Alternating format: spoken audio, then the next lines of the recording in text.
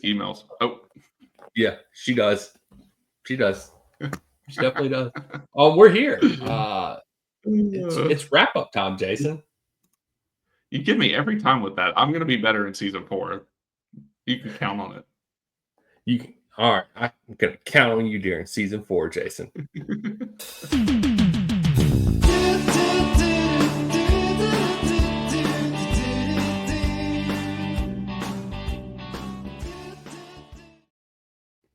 Hello and welcome, ladies and gents, to another episode of the Red, the White, and the Blues podcast. I'm Daniel. He is Jason. How you doing, man? I'm good, it's Daniel. Like How are you doing? It's like the Brady Bunch. It doesn't look it. What's weird is that I don't get to see myself looking at you, but yeah. When Daniel and I were in college, he would have the top bunk. Oh yeah, dude, it does look. But yeah, Daniel had the. Wait, you slept on the top bunk? Yeah, you slept on the top bunk.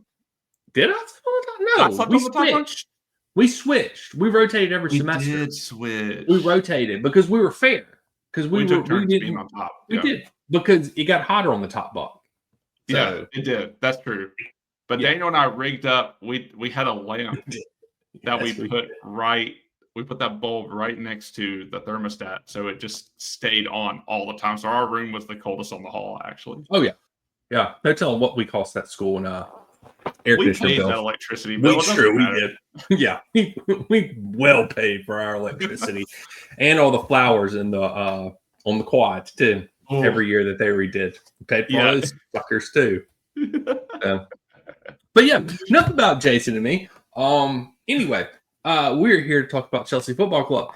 And today we are going to give you the season review according to the Red, White, and Blues podcast and our awards we're going to hand out. And we will also be handing out the Blue Rubber Ducky Award to the winner of Jason and mine's competition that we do every year. And boy, did we suck this year, as per usual. But, that is a trend on YouTube right now, is everybody's thumbnail is like how disgusted they are with their Premier League predictions. So I don't think anybody got this right. No, well, we didn't. Total bracket busting shit happened this season. Yeah, definitely. We will go over, I guess, our stuff at the end of the episode. So if you want to hear that, stick around. But I guess let's just dive into Chelsea's season. We'll start. I guess you want to start with some awards for the year. Let's do the award. It's appropriate. Let's do it. Let's talk about the good stuff and some of the bad stuff before we get to the really shitty part of this podcast. Yeah. So we're going to review Chelsea season. We'll start out with handing out some awards to those who deserve it, to awards to some who don't deserve it. But we're going to start with some awards. So I think, let's just start with the big one. Let's just start out with Player of the Season, Jason. And I think I can honestly speak for both of us in this situation. It's and probably the rest of the Chelsea community. It's literally one or two people. You have two choices here. Maybe you can make an argument for a third, but in my opinion, it's two players.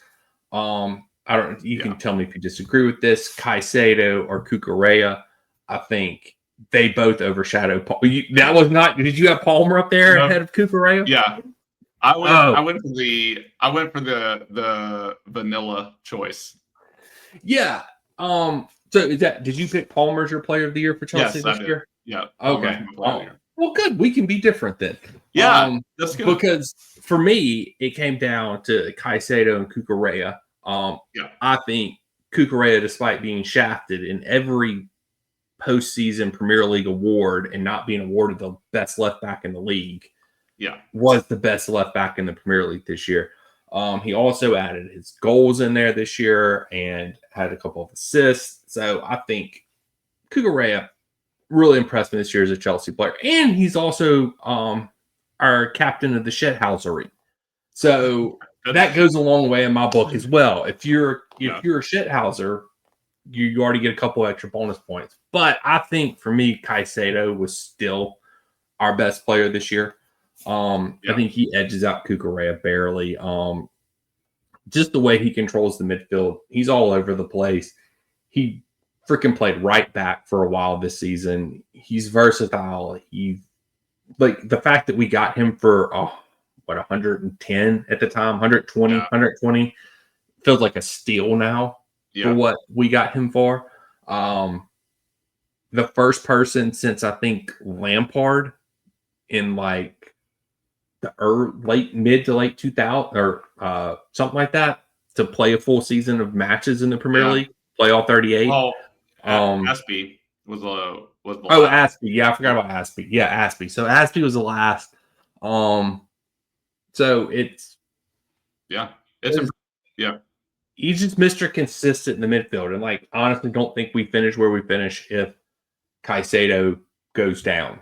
Like if Caicedo gets injured at some point in the season, we don't finish. Like you could say a number of other people get hurt, we could still have a pretty good shot at finishing where we finish. Cucurella gets hurt, I don't think we finish where we finish because we no backup. So you know, I don't know. So you got Palmer. What's your reasoning for Mr. Palmer this year? Yeah, I'll start off by saying I don't disagree with anything that you said about Cucurella and Caicedo, and I was playing with those three in that spot for the entire time. And the reason why Palmer edged it out for me was, and I'm going to go to the Conference League for a second, and I'm going to go to his post-match interview, which is hilarious. And I think everybody enjoyed it. But like, they asked him what his thought process was going for the goal and doing the cross. And he was basically just like, I just got tired of not going forward. And so I did. And I think that Palmer in particular is in the same way Hazard was. He one of more than any other players on the pitch has the ability to control how that game's going to go. And I would agree with that. If somebody's getting the ball in front of goal, you want it to be Palmer. If somebody's going to cross the ball, you want it to be Palmer. If somebody's taking a PK, you want it to be Palmer. He scores the most goals for a reason. He has the most assists for a reason. In just about every attacking metric, he's one of the best on the pitch. And so, yeah, I know he's like the vanilla choice, but in terms of like taking a game on its shoulders, Palmer has a lot of poise in being able to make that happen for the team. And I think he proved that he could do that in the last few games in the lead up to how the season ended up. So yeah, that's eventually why I picked him. But then I'm giving my flowers to the other people you mentioned in the other categories. So I've kind of rounded it out in a way that I was comfortable with. But yeah, I totally agree that Cucurella and Caicedo were both instrumental in the season as well. And so, but I eventually just at least went to Palmer, even though the players and the fans both disagreed. Yeah. And I mean, there's only really like 4 or 5 people that you could say are really instrumental in our season this year that you couldn't replace on the team and we still have been just as good. Yeah. Like, I feel like, so, I mean, we had our starting right center back go down and we still managed to finish where we finished. Like, we had one left back. We had half a right back for the season with Reese. You know, I think he played 17 matches this season, which is the most he's played in a while. So, our wingers were irrelevant for most matches. They would show up every now and then. Our striker was irrelevant from October on. Yeah. Pretty irrelevant. So it's one of those things. Like those 3 players are the 3 unreplaceables for me on the team this season. So you could probably throw Levi in there as well. I feel like he not that he should be player of the year, but he was sort of irreplaceable in the team. Mm-hmm. I feel like so I don't know. It was a good season though. Like as far as like things, and we both called it. I will say this podcast did call it that Cole Palmer will not have as good of a season as he did last year. That's true. We called it at the beginning of the year. So kudos to us for getting one prediction right. We get that award.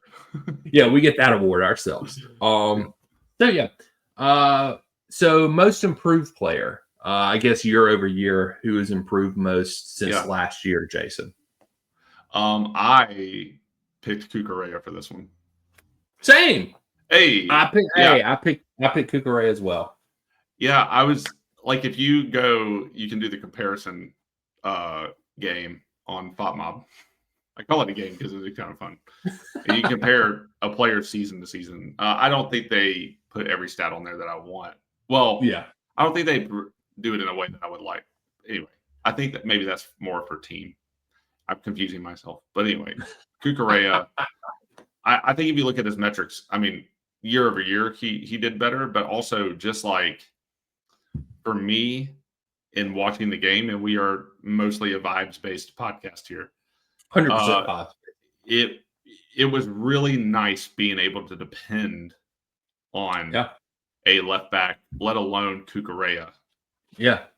In this system, and he just was a stalwart this season. Like you said, he was irreplaceable in that position. Mm-hmm. If he had gone down, we would have had a really, really hard time of it, harder than we did. And for me, he was a guy you didn't have to worry about this season in the same way that you did in previous seasons. So and it's nice to have one position that you didn't have to really worry about as much. And so he was really impressive for me throughout the entirety of the season. And for him to stay healthy and be relied upon in the inverted role and to cover as much ground as he did. Like not every player can do that outside of Caicedo. So I think, he definitely like became a player that you could rely on. And that to me is just about as good of a stat as any. It is. And it's crazy to go from his first year here, how much hatred Chelsea fans gave him, and our podcast too included. And then for 3/4 of the season last year, how much everybody hated Cucurella at left back. Until thanks be to Poch for resurrecting Cucurella's career at Chelsea, for inverting him in the last 6 matches of the season and showing that maybe this is why Pep wanted him at City when we were trying to get him from, years ago. So it's one of those things like, and Maresca runs a very similar system to Pep. So that inverted left back, Cucurella slots right in there, and he's found a home there. And the fact that he can finish better than any striker on our team says a lot. The fact that he's in especially position in the header department. He's the best header on the team. Like it's the hair, I'm convinced, but whatever it takes, man, whatever it takes. But yes, I'm with you. Cucurella is 100% the most improved player. I've seen people say Enzo, and for me, yes, but at the same time, I don't feel like Enzo really came into his own to the back half of the season. I didn't feel like he was consistent enough. Maybe at the beginning, he had some good runs, and then when the team got bad, he got bad too. So, but I think Cucurella was the most consistent throughout the whole year. Like he only missed 2 matches in the Premier League, which is huge. So I don't remember those 2 matches.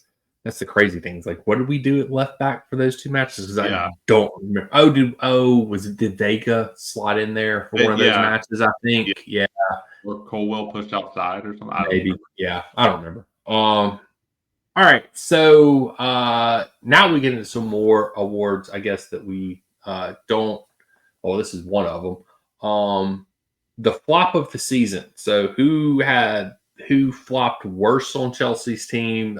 There's probably several players that you could win this award, but Jason, in your opinion, who was the flop of the season at Chelsea? What's weird about this pick is that it's possibly a little controversial, but then I think based on what happened at the end of the season and based on who we're signing and the conversations around the transfer market right now. I picked Nico. I think that's fair. And like I didn't want to pick Nico because this podcast has been a pretty pro Nico podcast for a while. And Nico has so many of the qualities in a striker that I would like. Like he's got great hold up play. He's got a good vision down the field. I mean, I was watching through all of our goals of the season. And man, him and Palmer were cooking at the beginning of the season. Yeah, they were. Like, there's some really incredible goals there. There's some really smart play. There's some really good link-up play, and there's just some great finishing by Nico. And I think we were kind of at the beginning of the season, we were all like, okay, this is who we thought Nico could be, because that's what we were saying at the end of last season. Like, we think Nico deserves this season. We think he deserves a chance to go out there and show what he could be. People were comparing him to Drogba. They were doing all those. This is what Drogba had in his first year, and this is what Nico had in his first year, and look how that turned out. And this is where the controversy comes in. Nico is like the second highest scorer on our team. But there are just some things. He fell off just like the rest of the team did. He got hurt too. Yeah, and he got hurt. But man, to get a red card when we needed it most in the season too is like just it doesn't help his stature when we are possibly in the market for a striker. And like, there's not a single Chelsea fan that's like thinking we don't need to dip our toe into the transfer market for a striker. And then Chelsea, that's their first signing of the season with Liam Delap. So this was my hardest one to do in terms of like how I felt about it, because like I am pro Nico. I just don't know if he's the right striker for us, even though I think he could be a good striker in the right system, and he could be good in the future. He just might be one of those guys that got away, and that's fine. But he might just have been a little early for us. So, and there's some people that have mentioned that. Oh no, I was going to go ahead and finish. Sorry. No, I'm done. I'll keep being sad about it. But like, Nico is just one of those players I wanted to really succeed. Chose another one, and like, for whatever reason they don't, or injuries get in the way, or they just don't perform very well when they have the chance. And it is just he just didn't hit what we thought he needed to hit this season. And flop to me is a harsh term, but it is what it is. And so Nico is the flop of the season in terms of expectation. I guess I'll contextualize it in that way. Yeah, and I mean, I think that's fair. I think a lot of people would agree with you on that, in that like the hype for Nico coming into the season, especially from this podcast, like I said, we were a pro Nico podcast, was very high. Like, we had high hopes for Nico this year. We thought he was gonna excel, and he did at the beginning of the year, and then he sort of fell off, and then he got hurt, and then he came back, got the red card, and I think the red card is what soured a lot of people. It's like, dude, this is, at that point in time, it was the biggest game of the season, and you're going to do something like that. And I think it just showed his immaturity still, that he has immaturity issues, which he had the year before. Very immature, and he seemed to have rectified that a good bit until the Newcastle match. But a lot of people have talked about how they're worried that if we do, because the rumors were still going after another striker. Right. So if you sign another striker, do you sell Nico?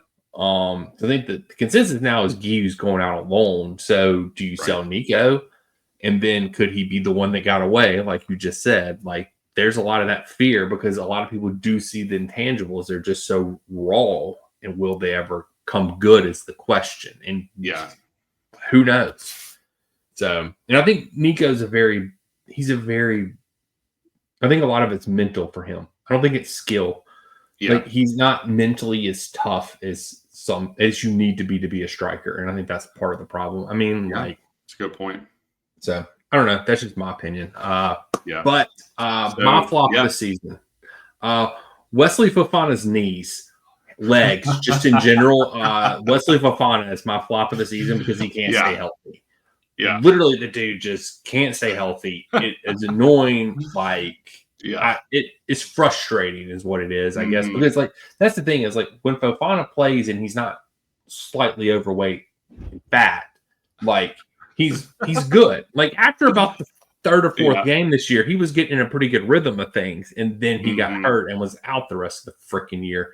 So that one hurts, because I do like Fofana as a player, but when we signed him, we said on this podcast, like, the biggest red flag for Fofana was his injury history, like, especially the brutal leg injury that he suffered Like, will he be able to ever be the same player? And so far, no, we haven't seen that. So, I mean, rumor is we're gonna entertain offers for him this summer. So we'll see. I mean, it just makes me nervous. Like, if he can't stay healthy, we can't keep him. Like, it's just not. It's not going to work. But, and I remember in our preview before this season, we were talking about what the team is going to look like, and one of the things we said was we're pretty much going to have a new back line because he didn't play hardly any of the season before that, and so that's now 2 seasons that Fofana has not really played at least through enough. So it's disheartening. It is, and I hate to give somebody a flop when they were hurt, but it's like it just keeps happening. So at what point does somebody who is supposed to be good or great and they continually get hurt, they eventually become a flop at some point? So I mean, it happens in the NBA, it happens in the NFL, it happens all the time. So well, next season when we do flop of the season, we should make it about who did the best flop in game. Ooh, I like that. That would be probably Enzo. Enzo or Cucurella. That's one of Cucurella too. Yes. Is Enzo the one that's like, I thought Cucurella had some cheeky moments where he goes down and then looks around, and he does. He does the Dobby Louise where he goes down and holds something and then starts peeking out to see if anybody's looking. So they both really knew how to use their hair when they in the most dramatic way possible as they went down to make it look even worse than it was. Oh yeah, 100%. All right, so unsung hero of the season. Yeah, you got it. Okay, so this one might also be a little controversial, just because this player, and you're going to know exactly who it was when I say this, won the Chelsea Player of the Year award and the Supporters Player of the Year award, and that's Moises Caicedo. Yeah. So I think people who watch Chelsea week in and week out know the impact Caicedo makes. We just talked about him as a Player of the Year shout, and it's an irreplaceable member of the team. Like, we cannot do what we do without Caicedo in the midfield, but he doesn't get the plaudits, I think, outside of people who are kind of in the from a general fan base. I think the pundits and the commentators will recognize it as it's happening. But if you're talking about midfield shouts in the year, I don't know how many people are putting him in their end of year team. Yeah. And the thing is that Caicedo is going to be a monster next year. Yeah.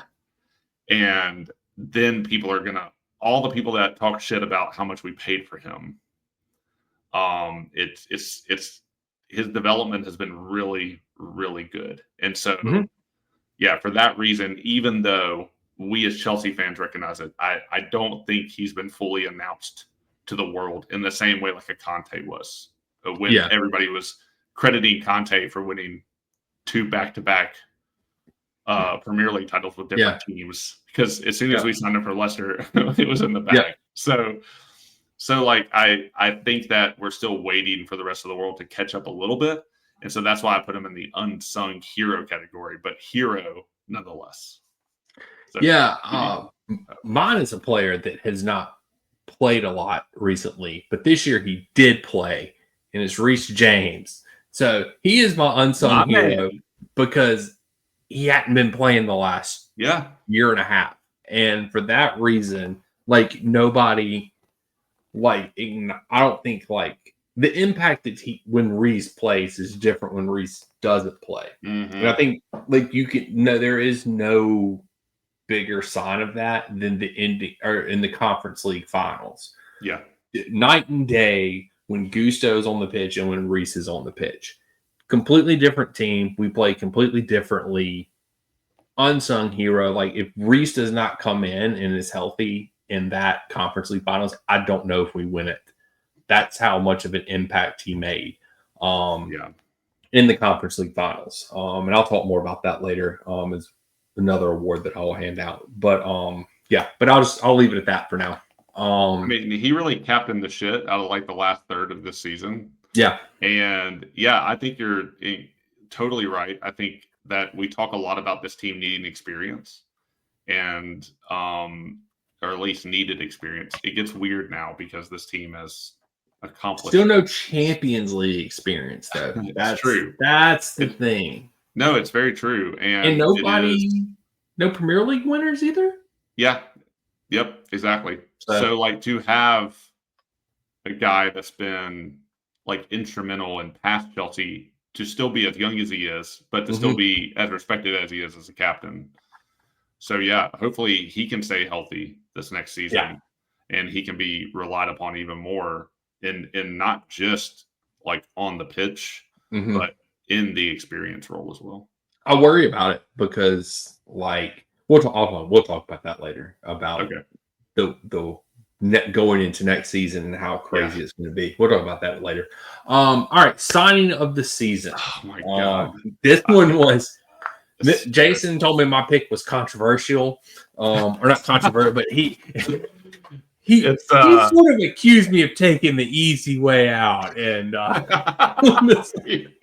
I guess you're not wrong, but I didn't like to put it in that terms. I didn't think that sounded as mean as it did.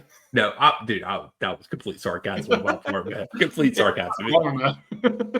Jason pretty much told me I was stupid for my pick, guys. That is wrong. Oh man, y'all will understand why in a second. Yeah, you'll understand why because so Jason and me took two different avenues down this one, completely different. Jason went with the sensical, realistic, like I'm going to pick somebody that actually played for Chelsea as being the team of the signing of the season, whereas me, I went with the guy that hasn't even put a Chelsea jersey on yet and won't until after the Club World Cup. But Estevao was easily our best signing of last year. None of these players, he didn't even play for Chelsea this year, and he was still our best signing. That's how we went back and looked at our window. And let me just tell you how shitty this last window was last summer. It was an awful window. Like, that's why Estevao is the freaking signing of the season and didn't even play for us because he had no competition because everybody else was completely shitty. Yeah. I mean, who is your signing of the season, Jason? It's not unfair, though. Like, that's the thing. Like, your avenue is not unfair at all. Like, I'm sorry. I'm looking up some stats just to see if I need to pick someone else. I mean, look, we went through this list before we got on the podcast, like just read through it. There is like 2 people on that list. Yeah. That you could count. Maybe. Like that's it. Yeah. Well, yeah. So only I was looking one of them played consistently. Yeah. That's the problem. None of these people that we signed last transfer. While you're looking this up, I'm just gonna ramble. You just tell me when to stop. No, yeah. Well, okay. I mean, I can. It's frustrating because to me, there's like 3 people that you can pick that had an impact on the team. And to your point, so like, well, maybe 4, maybe 4. Okay, I'll go through them. Tosin, contributed. Yeah, Conference League contributed a little bit. Pedro Neto and Sancho. Well, see, I don't even consider Sancho. Do we consider Sancho one? Because we didn't technically sign him. He's just a loanee. Yeah, I mean, he is on the Chelsea's official summer in list. Fair. Okay, fair. We'll allow Sancho. So that's okay, yeah. So that's what I was looking at. I was looking at like minutes played versus like, not played. And yeah, to your point, like Pedro Neto plays almost double the amount of Tosin. Yeah. And then Sancho. He's probably ahead of Sancho too, but not double, but he's ahead of him, I'm assuming. Yeah. So Sancho plays like 300 more minutes than Tosin, but 500 less minutes than Neto. Yeah. And then if you were going to look up like Dewsbury Hall, then he doesn't play less than hardly any. Yeah, he's less than Tosin. Yeah, and he's just more of like a bit player. So I think, and I'm going off of stats here. I am going for Pedro Neto. And the reason I'm going to is because we did rely on him more than we did. He was a part of 35 games. Yeah. He scored 4 goals and got 6 assists. So he's in double digits for chances or goals created, right? He had, and then I'm not going to get into the other stats. It's fine. Yeah. It is what it is. But like, he's versatile. Yes. He plays striker for us while Nico was down. We relied on him for width and to just like get down the pitch really fast, but then he crossed it to no one. And so like that's the thing that's the most frustrating is we got Jadon Sancho, who barely played the season before, or like didn't play the season before at all. Yeah, he barely played. He played some, but it was not. Yeah. And so like we get him, but he's like known to be, he has the potential. We get Neto, he has the potential. We get Dewsbury Hall, he has the potential. We don't use him. And then we get Tosin, who was rocky most of the season, but kind of found his footing towards the end when we needed to rely on him more. So it's like, who had the bigger impact? And I would say Neto probably edges Tosin out, but I would say only just a little because our defense was pretty good. Like in the run into the end of the season. It was. And Tosin was a little bit of a part of that. So I'm going to say Neto, but this was a stupid choice, and I hate this category. He's choosing Neto under protest.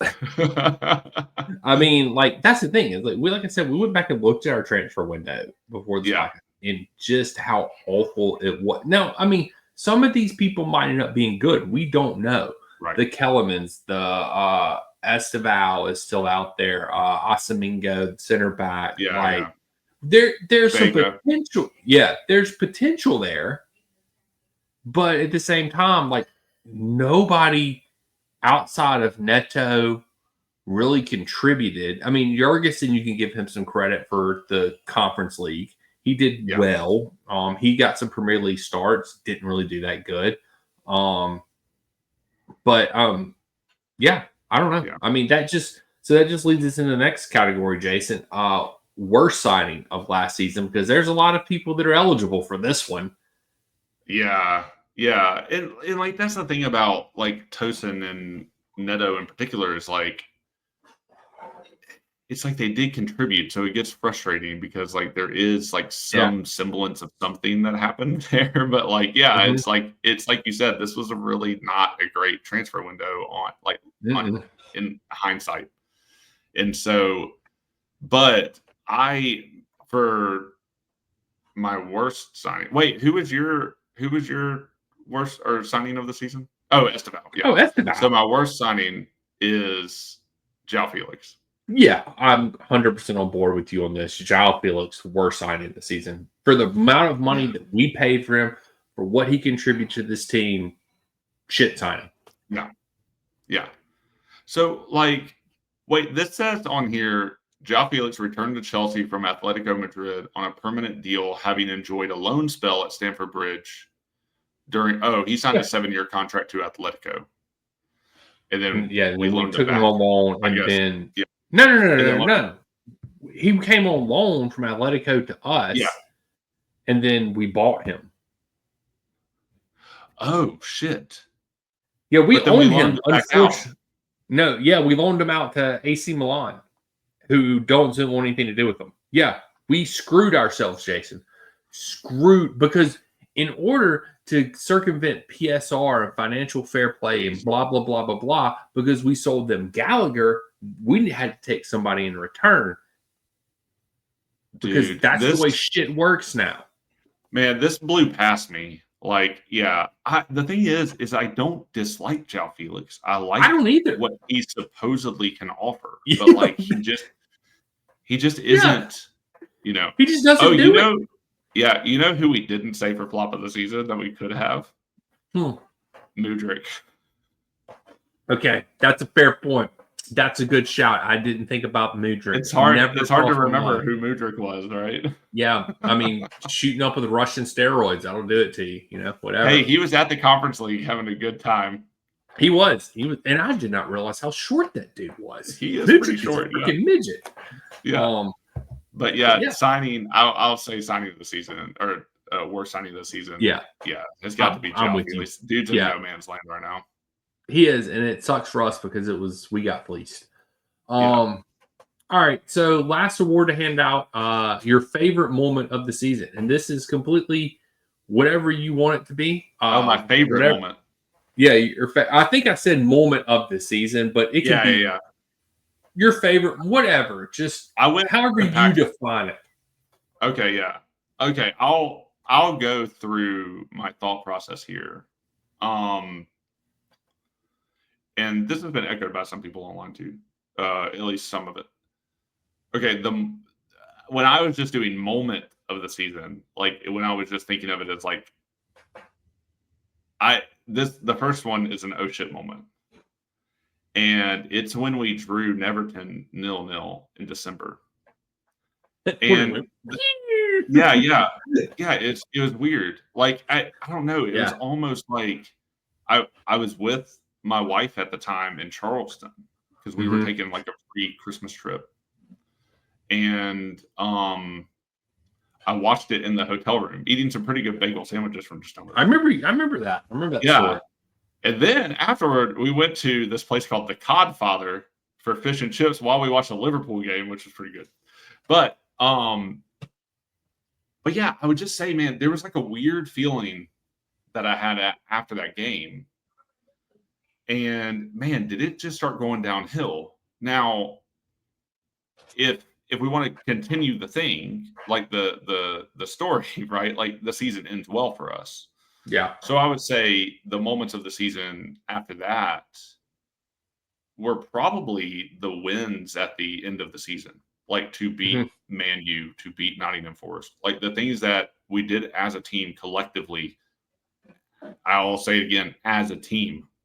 Yeah. To like see those games out, even though the football isn't that great and there's a lot to improve on, whatever, yada, yada, yada.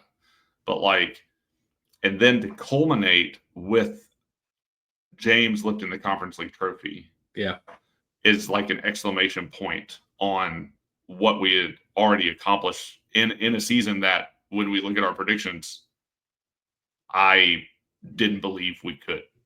Yeah, for sure. So I would say like it was only towards the end of the season that I like felt a connection to this team. Because I think, like, even in the past couple seasons, I've said on the pod, probably, like, not very eloquently in jest, well, not in jest, but, like, in not good spirits, that, like, these are some of my worst teams that are, like, my least favorite teams to watch, Chelsea. And so, I would say going from where we thought, like, what happened, like, from December to January to February to March, and then coming in through the end of the season when nothing was still guaranteed, but like watching this team come together and then celebrate together, winning all 4 of the trophies. And people give a shit for celebrating. What? Who cares? Like, we celebrated 4th, we celebrated the trophies.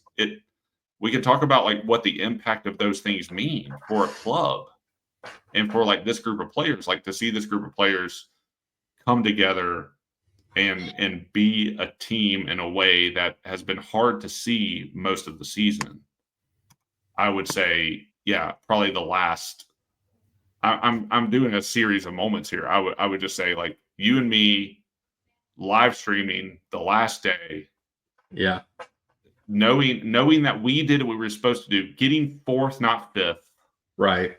Like, I don't care what the narrative is about Villa and Newcastle and all that shit. Like, we did what we were supposed to do to have a team where we said from like 9 games out to the end of the season, we can control this if this happens, right?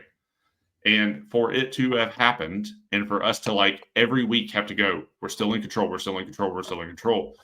That has not been a feeling. There hasn't been a feeling like that with Chelsea in a long. Like it is a cynical feeling of when Chelsea have the opportunity, they blow it.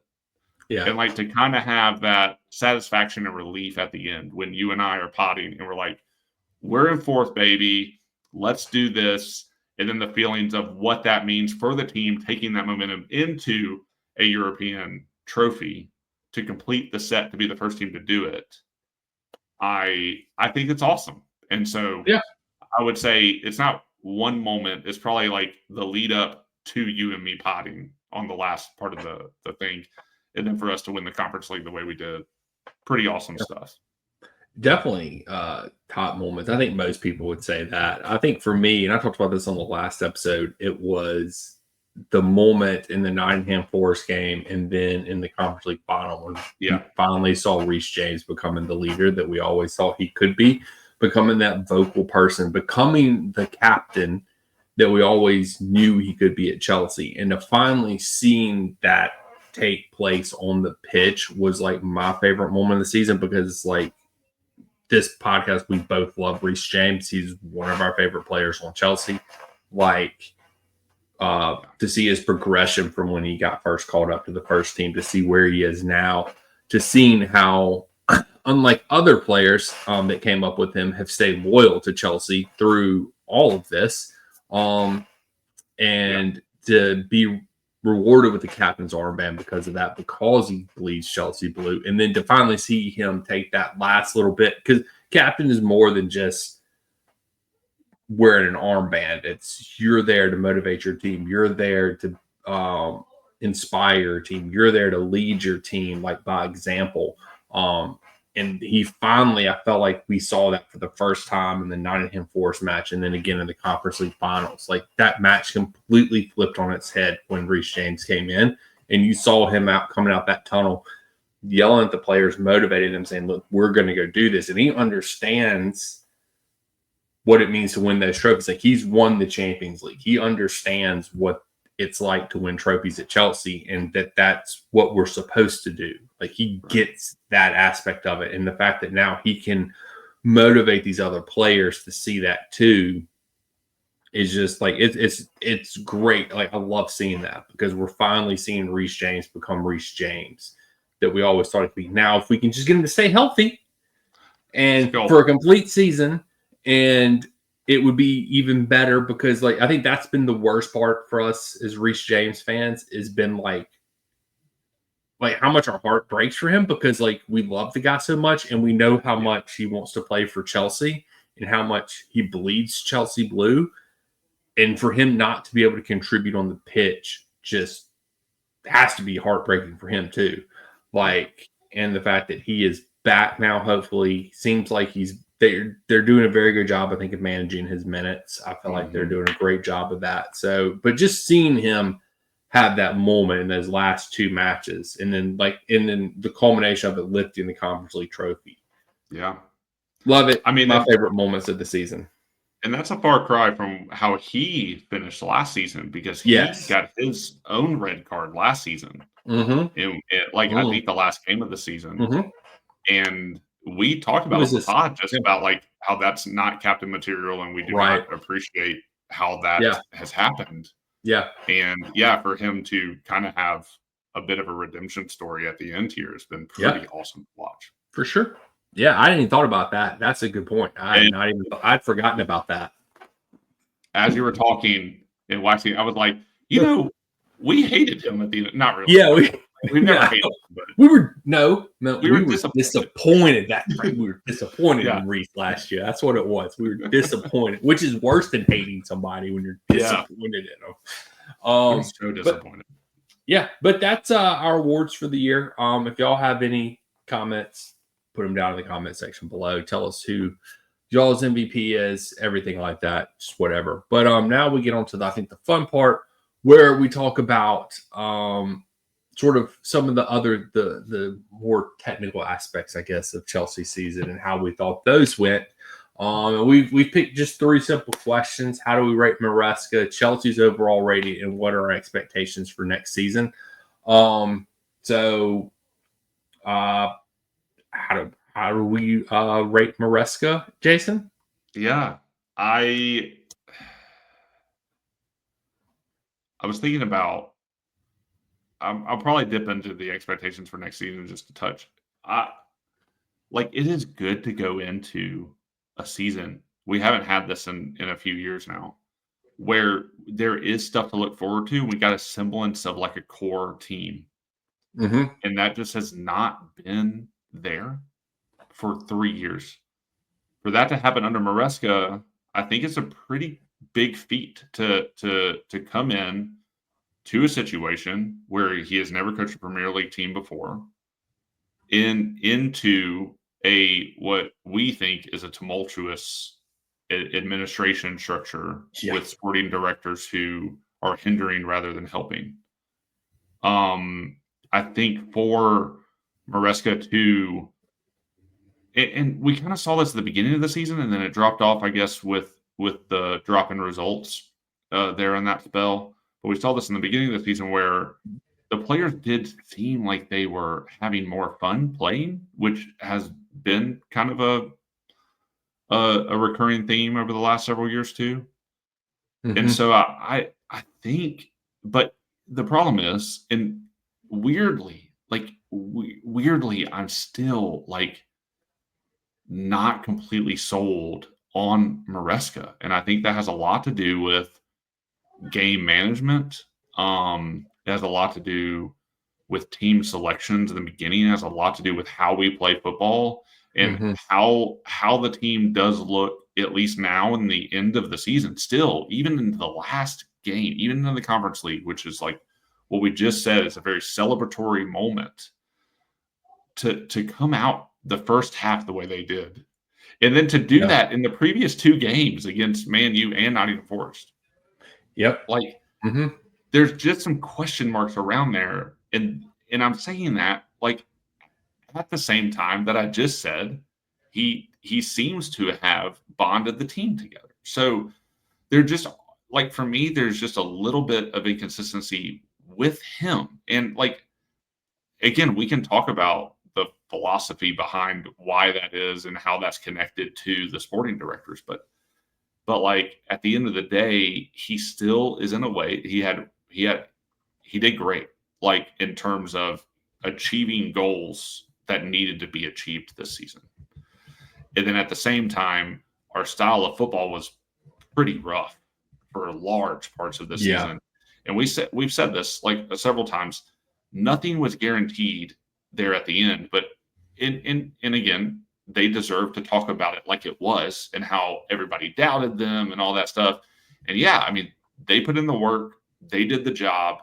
They deserve, in my opinion, to push it in the face of all the haters, including us. But at the end of the day, you and I never try to take a negative for negativity sake approach to anything. We're not just being negative.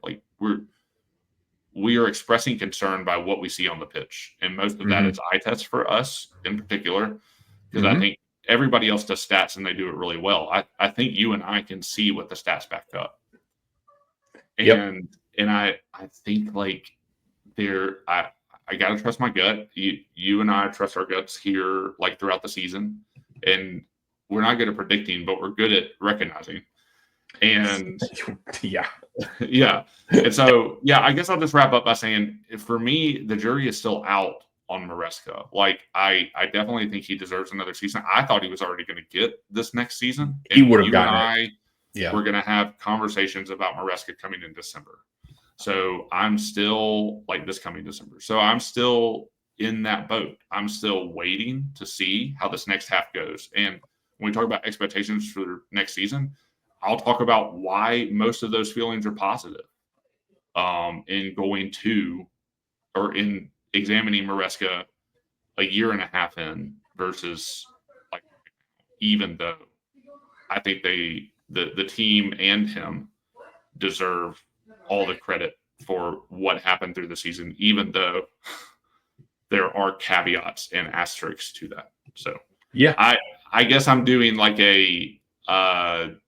I don't know. I don't know how we're rating him. I would say I'm still got some trepidation. So yeah, I don't know if there's I didn't really rate him per se. I think your points are like, I'm not sold on Maresca either. I wasn't during the season. I'm not now at the end of the season. Just because you win a trophy and finish top 4 doesn't mean I'm sold on you. But with you, I think he was already guaranteed another season. And also, like, I don't really want to start over again either. Like, and we're not going to get a top tier coach to come here right now. So I'd rather just see what Maresca has in year 2 than start it all over again. So that's sort of where I am.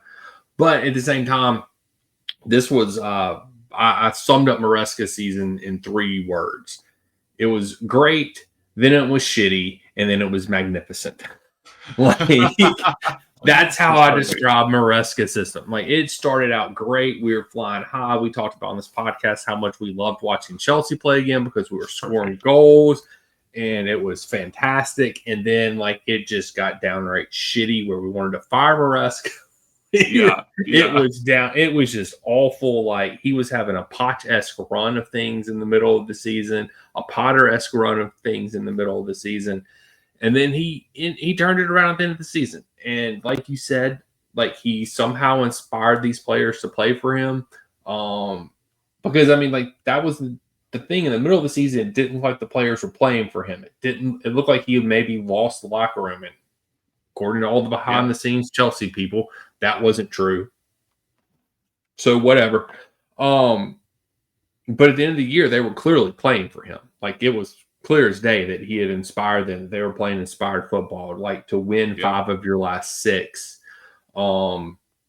is impressive. And considering the gauntlet that we had to go down, it wasn't like we were playing Ipswich. Well, I don't know. Ipswich probably would have beat us. It wasn't like we were playing Southampton and Wolves or something like that. You know, it's like, we had Liverpool, we had United, we had Newcastle, which we lost, whoever else, Nottingham Forest. So, like, we had a gauntlet to go down at the end of the year. And they went through it, and they persevered, and they made it through there. And then they won the Conference League against a decent Betis team, but I think talent took over in that match. And but yeah, I'm like you. I don't necessarily know what scale you want to rate them on, give them a letter grade or whatever. But it is what it is. Go ahead. Yeah, I was just gonna say, like, something you said about just what good coach would we get if Maresca were to leave right now, and it just made me think, like, last season, at the end of last season, I was not excited about Poch. I didn't want him to be the manager, but yet following the momentum that he created at the end of the season after what was arguably a really tumultuous season, I thought it was best that he stayed because it would make the job attractive again, at least, right? Right. I would say I feel the same way about Maresca, only we now have Champions League football and a trophy under our arm. So, but yeah, I would give him the Poch rating. I would say I still got a lot of, like, feelings about him that are, like, undefined, and then at the end of the day, there is some of me that doesn't want him to be here. It's not that I'm Maresca out. I just have higher motives and lower motives about how I feel. I think we have higher expectations, like, for the club and, like, what we want to accomplish. And I think the thing is like, I don't know if either one of us has confidence that Maresca can take us there based off of this last year. Right. Yeah. So, and that'll be interesting to pick up when we talk about the expectations of the season. Yeah, it definitely will be interesting because that is the next topic on our list. Anything else you want to add about Maresca? No. I think we did enough there. Yeah. So overall, well, I guess we'll do Chelsea's overall rating for the season, and then we'll get into expectations for next season. So my summation of our season was it was better than Arsenal's, that's for sure. But I honestly, like, I would give, and the reason I say this, I would give them an A because they accomplished. I felt like there was 2 goals set out at the beginning of the season. Finish top 4, win the conference league. Winning the conference league being the most realistic out of those two, I feel like. And then, but finishing top 4 and winning conference league. Like, you do those two things, I don't think there was a lot more you could have asked of this team this year. They're not ready to challenge for the title. I think that's clear. We're still missing a few pieces. So that was not going to happen despite us being in second place for a good chunk of the beginning of the year. But the fact they finished top 4 and won the conference league, I really like it's an A for me. Like, if you don't include the transfer window last summer, they did what they were supposed to do this season. And that's all you can ask for. I don't know. Yeah, I agree. I did A-. And that's not to mean it wasn't an A. Like, it can't be an A, or that I disagree with you. I think some of that has to do with how we got there, and how up in the air it was till the end. And because it could have easily gone the other way. Like, it's weird to rate the season thinking about if we hadn't have gotten top 4. Probably been a C. Yes, exactly. So, like, there was it wasn't like going to be like this mildly successful season. It was either going to be all or nothing in a lot of ways. And so, but yeah, I'm with you. I like, for the same reasons I have misgivings about Maresca. And again, this will all sound a lot better when we get to the expectations, because I don't feel bad about the season at all. Like, I mean, we're going in on a high, right? But this was a really hard season to watch, but for a large part of it. But like, I did look at just a few little. I'm going to get into some stats. I looked at a few little stats, and it's weird because we won. I'm going to say first half of the season, we won 10 games. We drew 5. We lost 4. Yeah. And in the second half of the season, after the Ipswich loss in December, we won 10. We drew 4. We lost 5. So we have nothing that big of a difference. Yeah. So we have almost an equal record. But man, did that second half of the season suck. Yeah. And it started with that Everton game that I mentioned earlier, mid-December. And so I was just wondering, why the feeling was so dour there for a little while. And so I started just looking at, how many goals we scored. And in the first half of the season, we scored 65% of our goals. Yeah. And we conceded 49% of the goals. So, the first half of the season and the second half of the season are pretty similar in terms of results and how many goals we let in. But at the beginning of the season, we cooked.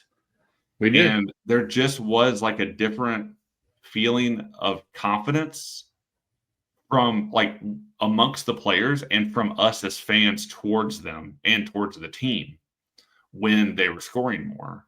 And some of it does get weird because I was looking at just a few results, and but I do think this is kind of indicative of how we were feeling. So Brighton, we beat them in the first half of the season and then lost to them in the second half of the season. But we didn't just lose to Brighton. We lost back to back. Yeah. Because they kicked us out of the FA Cup. Mm-hmm. And then for West Ham, we beat them 3-0 the first half of the season and then eked by 2-1 in the second half. Graham Potter effect, Jason. Graham Potter effect. I mean, really, though. Wolves, I thought this one was funny just because we did the double on Wolves. We beat them 6-2 at the beginning of the season, but then only 3-1. How could we do that? How dare we? Yeah. But then I thought it was funny too. The Tottenham one was a 4-3 nail biter. Yeah. It was a 1-0 Stucky display of things. Yeah. But then I feel like it's just a little bit of a theme where we weren't scoring as much the second half of the season and we were eking out wins by a goal or so.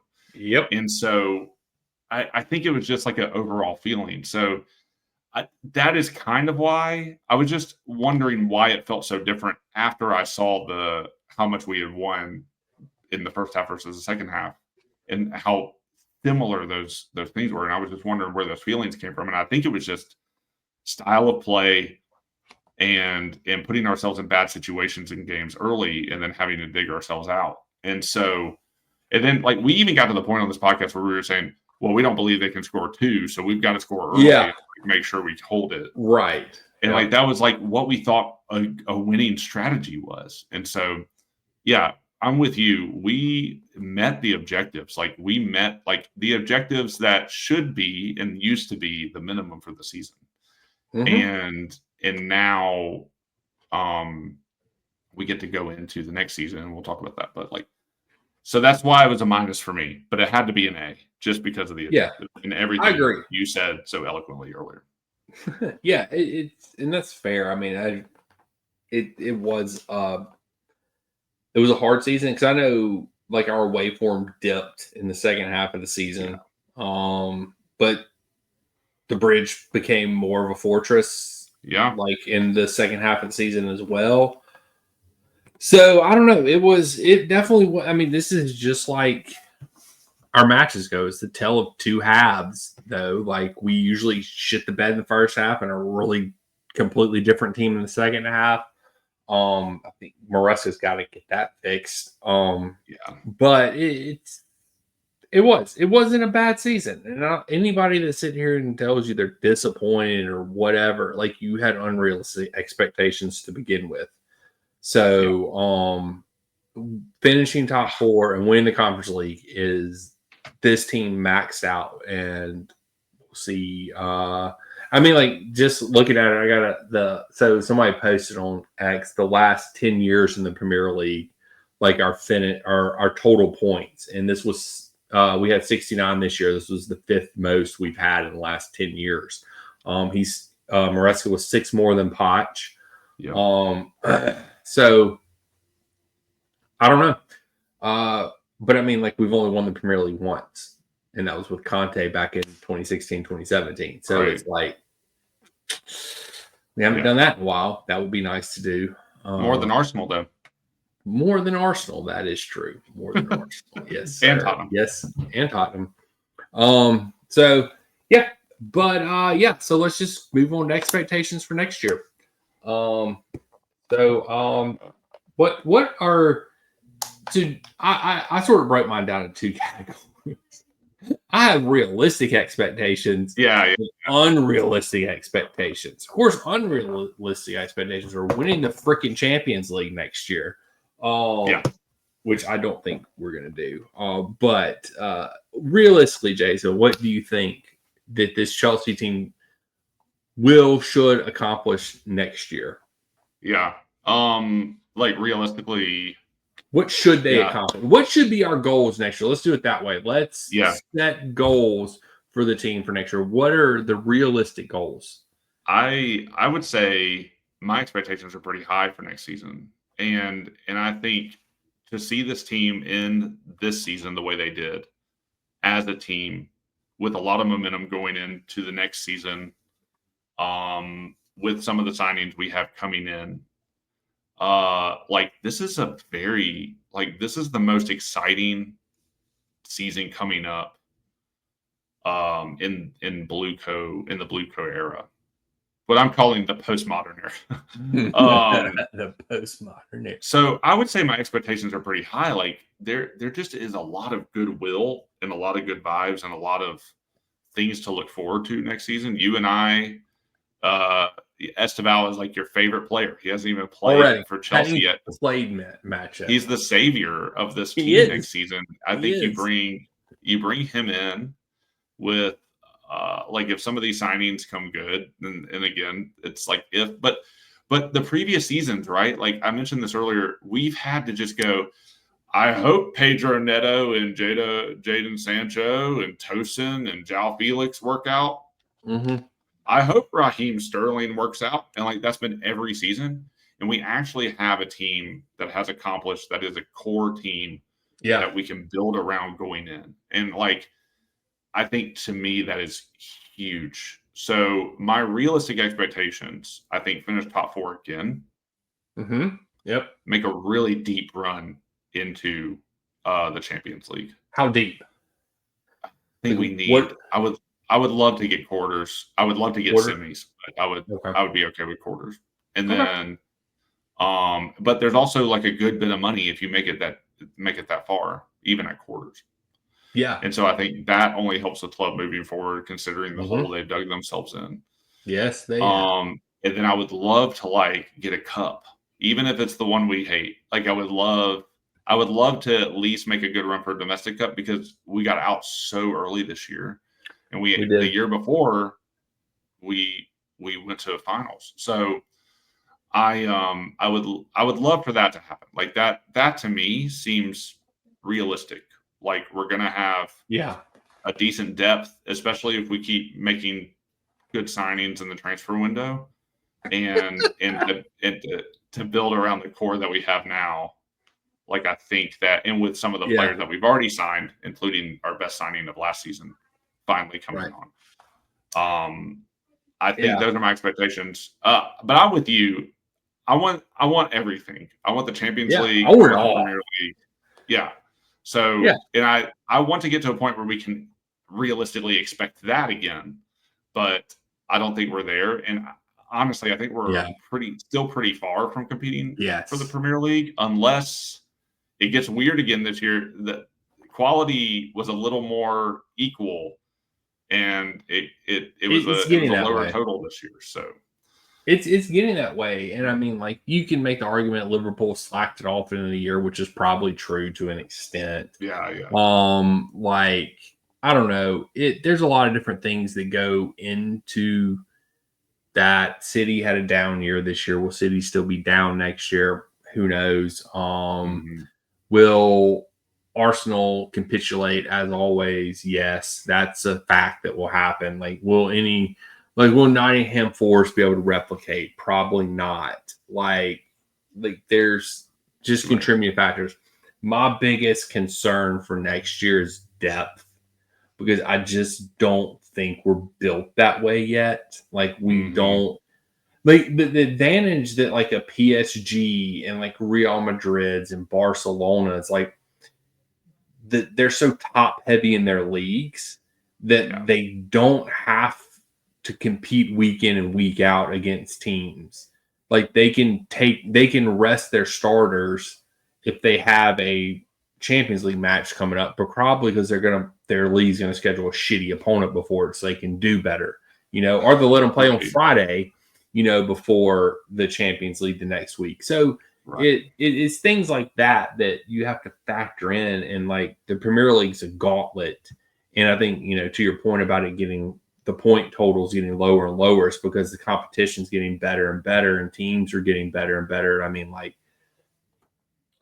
you look, when you have Tottenham and United both finishing respectively 16th and 17th in the league this year, the disparity between the top teams is going down. So Liverpool is reloading. Will Salah have another year like he did last year? I don't know, but you're adding one of the best attacking midfielders in the world in Wirtz. So, who knows? So I don't know. Will Slot be able to duplicate it? I don't think he will. I mean, I thought they were very lucky this year with no injuries. Like, that's the thing nobody talks about. Like, they were pretty injury free this year. So we'll see how that goes. I think my expectations are, just finish top 4 again, because I don't think we're ready to challenge for the title. And then I'm just make it to the knockout round in their quarterfinals would be fantastic. If you make it to quarterfinals, I think our season has been a success. And a lot of it too depends on the draw. Like, who do we like? We're gonna be playing a couple of tough teams in this new format with it's so stupid. Whatever. We're in pot 1 and Arsenal's in pot 2. That is true, but like the teams that we can play are pretty bonkers. It's outrageous. So, yeah, it's going to be nuts next year. So the draw is going to be interesting. And then the other thing that concerns me about it, and I mentioned, is the number of matches that we're playing. Like, we're literally haven't had an off season yet. Like, all our players, majority of them are on international break right now. International break, not a break. They're freaking playing matches. They're all international training camps. They get done with that. They come back to Chelsea. They train for the Club World Cup. They go play in a month-long tournament unless, whatever we get knocked out, whatever round we get knocked out in. If we win the thing, it's a month-long tournament, which I don't know if we'll win. I don't think we will.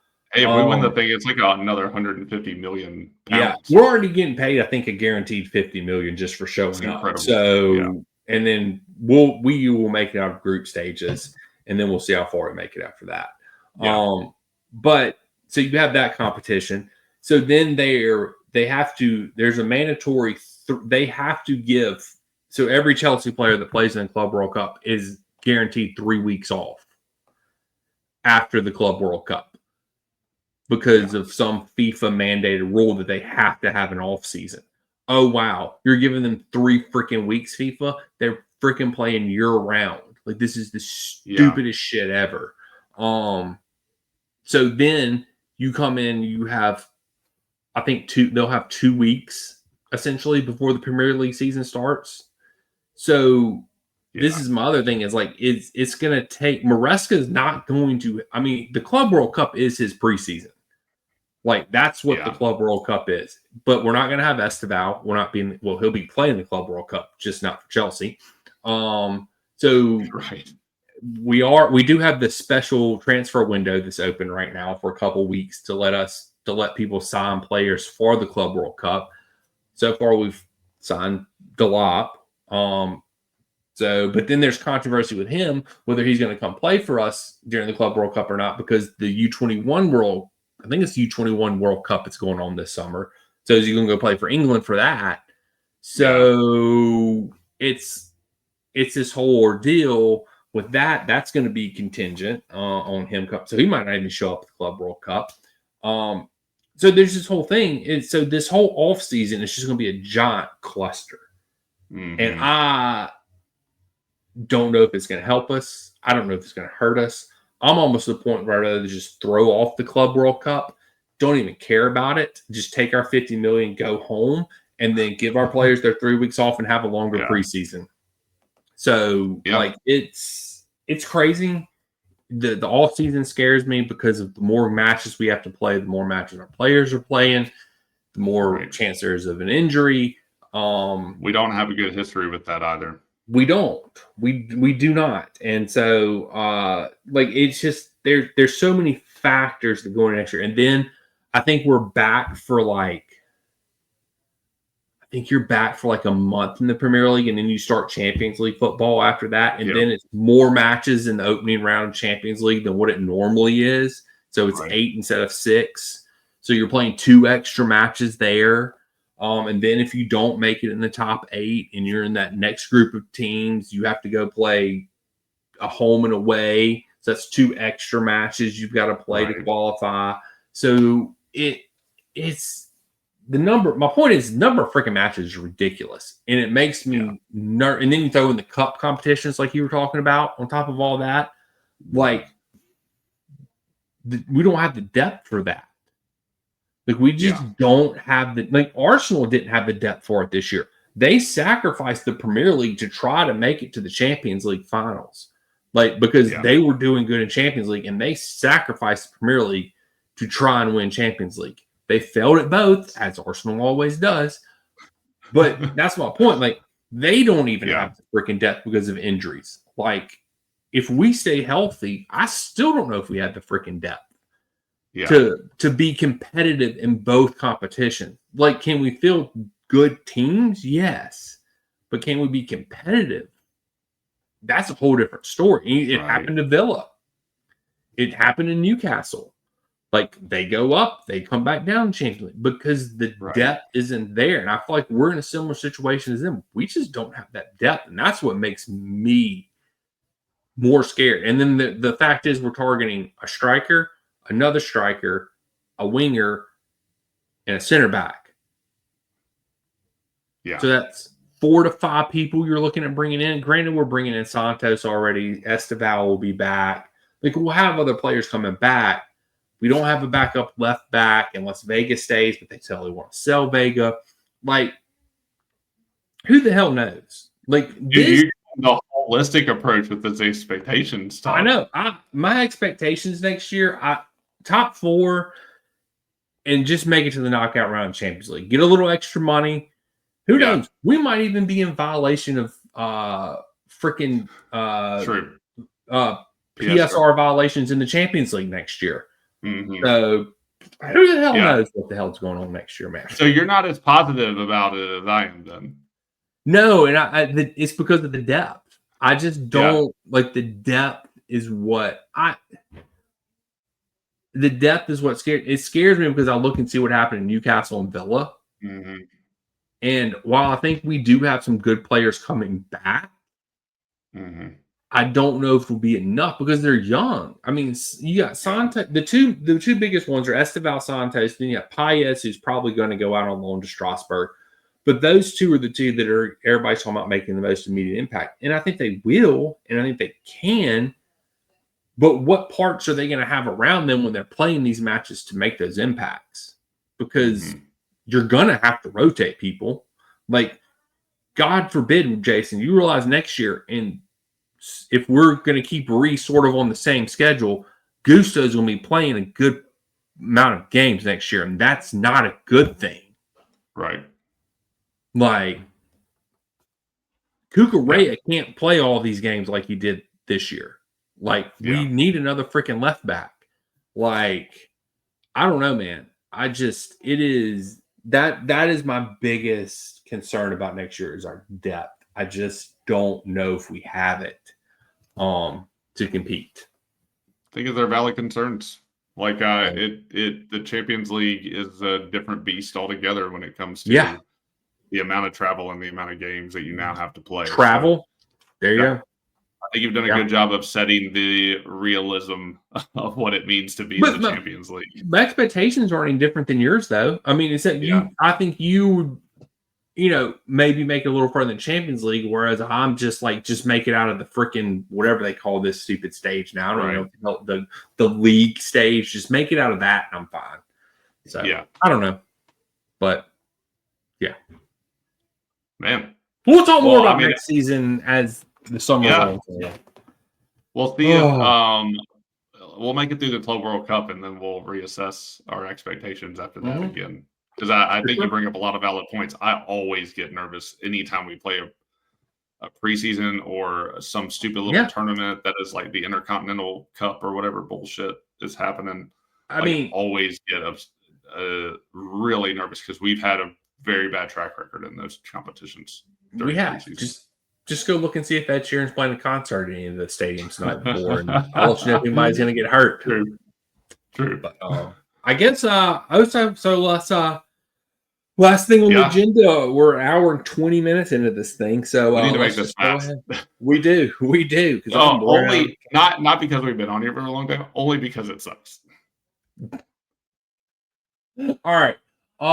So we have do you want to so we predicted every match this year, score wise. We had to get the score right to get a point.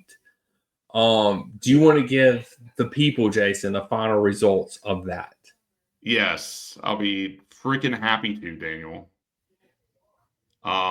Because I'm pretty sure I lost. Although I'm missing several games on here. So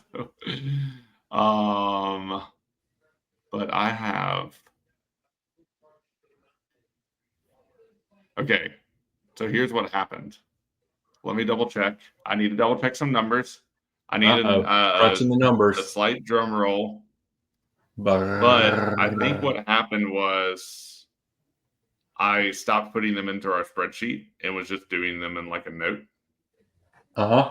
So I was not prepared. But if I am correct, and I'll do a review after, so you can stop hearing me ramble. Daniel won the predictions 5-4.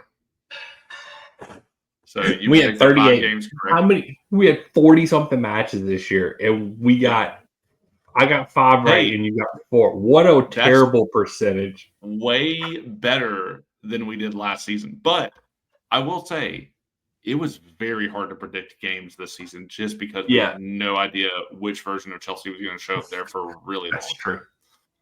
So that's kind of where it came from. But I'm pretty sure you got 5. and I got 4, and that sounds I right. will. Yeah, I will because we do didn't some double checking.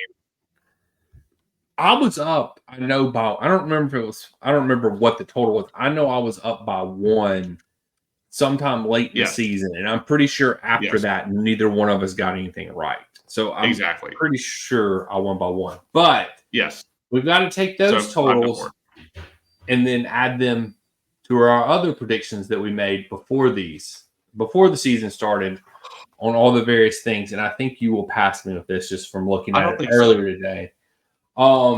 So we both predicted the top 6. We both predicted Arsenal to win the league and City to finish second. Jason was the only one to get anything right, and he correctly predicted Newcastle to finish 5th in the league. So that is a point for Jason. We need to at least read these top 6s. Okay, I'll read them. All right.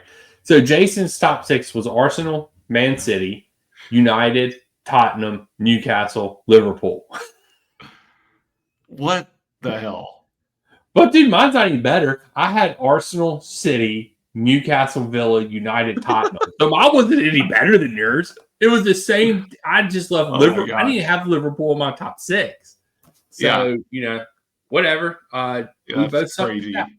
All right, teams that will be relegated. So Jason he had Southampton, Forest. No, sorry, that was me. Wolves, City, Southampton. So he got 2 points out of that. Yeah, I really thought that I picked Ipswich. I've been thinking all season without going back to this. I know that I picked Ipswich, and I'm so devastated right now that I did not. So you're up 2 now, right? Are we counting? We weren't counting the places of these. No, we were just counting the 3 teams you got relegated. So, and I picked Southampton, Forest, and Wolves. So I get a point. So you're winning by 1 now. Yeah. Right. 7-6. Yeah, you're winning by 1. Yeah, 7-6. Neither one of us got this next one right. Chelsea will finish. Jason said 9th, and I said 8th. Well, I was making the case though, and I think we already decided this off mic, but like, if I would give you the point because you got closer to the prediction, but it was not established before it was picked, so I will not accept the point. Whatever. Chelsea's point total for the year. Jason had 54. I had 58. We were both off. I was off by. I had very low expectations for this team this year. I did too. I had really low expectations for them. Okay, but I am going to make the case that it's a lot harder to predict bang on point total. So I agree. Closer to our point total, but it was not the rule. We can change the rules next year, Jason, but you're not changing the rules in the middle of the competition. I don't think that was the. No, did we establish the rule? We will set the rule. I don't know. The rule will be established next year. But that's what I'm saying. Was a rule established at all? No, we just said predict the point totals, and if you're right, you get a point. I think you need a point. In my mind, no, I don't. No. Well, you're fixing me winning again because the top assist person in the Premier League is Mo Salah. And Jason predicted that correctly. Pulled it out of my ass. I don't know how. I predicted Odegaard, but he decided he wanted to get hurt for a part of the year. So screw him. He chose to screw you over. Yeah, he chose to screw me over. Golden boot winner.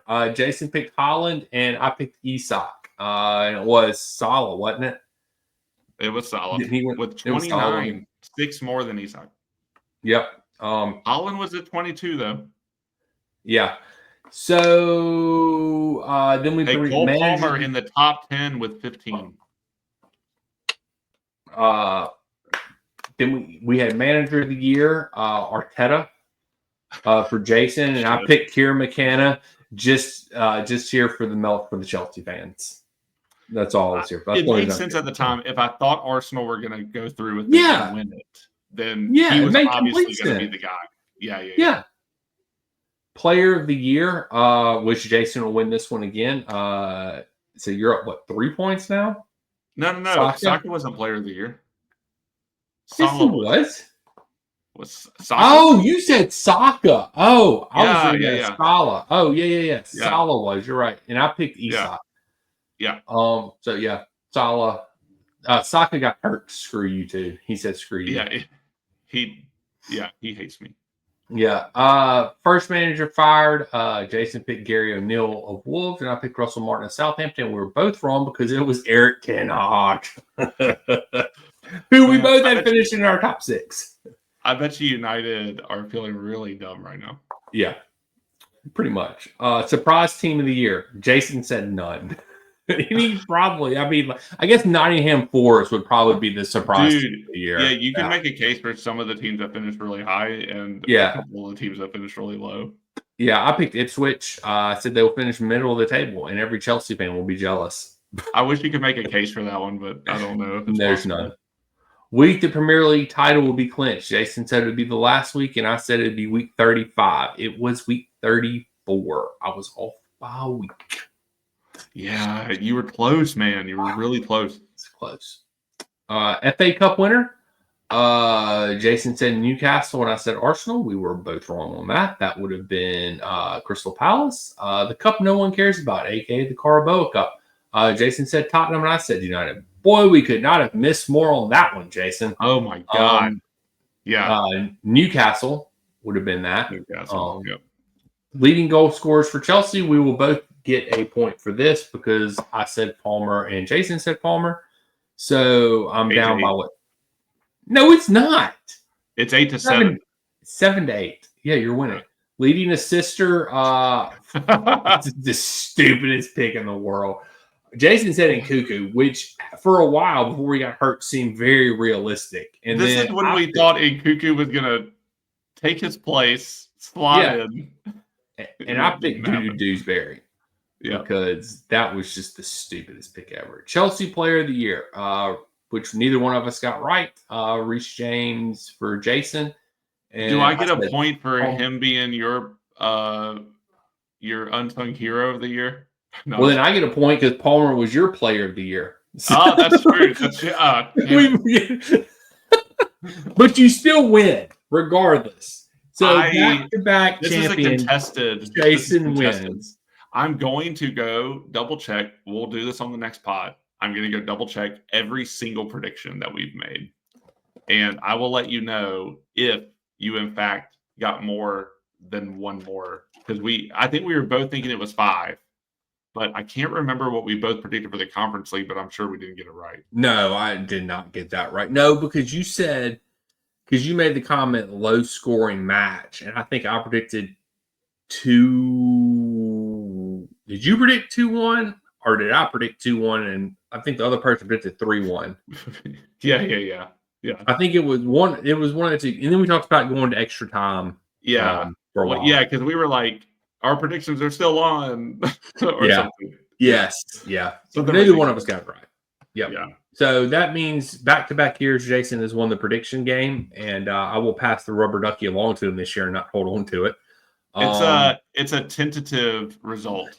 We got to double check, but it's a tentative result.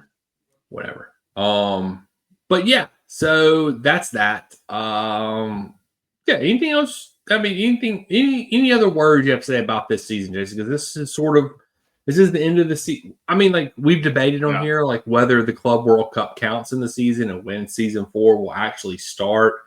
It'll probably be after the Club World Cup, just to be fair. But just to wrap up the season, we'll wrap it up here. Yeah, any final thoughts? It wraps up as good as it could. So I am pumped. I am glad. And I went into this very positive with my expectations for next season, but you've made me scared. So I have a lot more contemplating to do after this episode. Well, I mean, we still have a whole off season to try and figure out what we're going to do, Jason. Yeah, so, we got this. We got a whole off season. I'm not gonna press the button at the end of the episode, Jason. I'm not gonna do it today. Not going to do it tonight. We need to start having those conversations very soon. Yeah, we do. We've already signed. Well, no, we talked about it last week, I think. Oh, you're right. No, we didn't. Maybe we did. I don't know. We said we signed Delop. There you go. There's your transfer. I'll believe anything you tell me. I'll follow you anywhere. Okay. What's that? You'll never Liverpool. Okay, you'll never walk home. You'll never walk alone, Daniel. Thank you, Jason. I'd walk anywhere with you, buddy. Samesies. Ditto. Yeah, that about wraps it up. Jason will be absent from the pod next week, I guess, because we were going to record 2 episodes tonight, but since we've done an hour and a half right now, that's probably not going to happen anymore. I mean, we can. I don't know. Hey, tune in next week to find out if Jason shows up on the podcast or not, because he may or may not be there. It'll be a surprise. Tune in next week. But yeah, Club World Cup starts in a week, 2 weeks. 16th, I think. We're playing LAFC, which if we do not destroy it, I swear to God, if we lose to an MLS team, Jason, I will freaking lose my shit on this podcast. I'm not even get prepared to watch Daniel lose his shit. It's totally possible. It's 2 weeks. It's 2 weeks from today. Yeah, because it's on a Monday, isn't it? Yeah, it's 2 weeks from today. Yep. Our first match in the Club World Cup. So it finally got rescheduled to LAFC. LAFC, because they won this. They beat somebody this weekend. Yeah, some Liga Mexico team. So anyway, I was shocked they won because I don't think they've won like 1 or 2 matches in the MLS this year. They're complete garbage. How the mighty have fallen. No, that's the Galaxy. I'm thinking of the Galaxy.